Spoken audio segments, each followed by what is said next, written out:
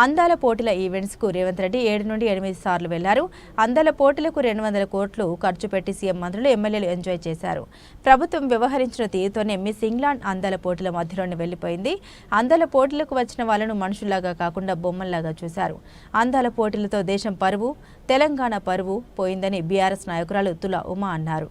ఒకవైపు రైతులు చనిపోతుంటే వాళ్ళను మాత్రం వాళ్ళ కుటుంబాలను ఓదార్చడానికి కానీ ఆ కుటుంబాలను మాట్లాడియడానికి కానీ పోలేదు. కానీ అందాల పోటీలలో మాత్రం ఆయన ఎంజాయ్ చేసి ఆయన అనుచరులు, ఆయన కుటుంబ సభ్యులు, ఆయన మంత్రివర్గం, వాళ్ళ పార్టీ కార్యకర్తలు, గాంధీ భవన్లో ఉన్నటువంటి సామాన్య కార్యకర్తలు అందరూ కూడా పోయి ఎంజాయ్ చేసి 200 కోట్ల ఖర్చు పెట్టి. మరి అందాల పోటీలు 70 సంవత్సరాల కాలంలో ఎవ్వరు కూడా ఆ పోటీలు జరుగుతున్నటువంటి క్రమంలో ఒక్కరు కూడా బయటకు పోలే.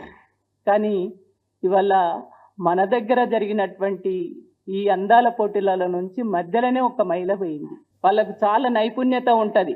వివిధ పోటీలలో వాళ్ళు గెలిచి ఈ స్థాయికి వచ్చినటువంటి మహిళలు వాళ్ళు. మధ్యలోనే పోయిందంటే ఎందుకు పోయింది అంటే వీళ్ళు అనుసరించినటువంటి తీరు, వీళ్ళు ఆ మహిళలతోటి ప్రవర్తించినటువంటి తీరు, అంటే ఒక డ్యాన్సులు చేసే మనుషులుగా చిత్రీకరించి చూసి ఒక బొమ్మల్లాగా ఆడిపియాలన్నటువంటి ఒక ఆలోచనతోటి ఎక్కడి పడితే అక్కడికి తీసుకెళ్లడం, గంటలు నిలబెట్టడం, ఇవన్నీ చూసి ఆమె మధ్యలో వెళ్ళిపోయినటువంటి మహిళ ఆమె ఆవేదన అక్కడికి చెప్పుకుంటే ఈ చామాల కిరణ్ రెడ్డి గారు ఏం మాట్లాడుతున్నాడు? ఆయన మతి ఉన్నది ఆయనకు అసలు.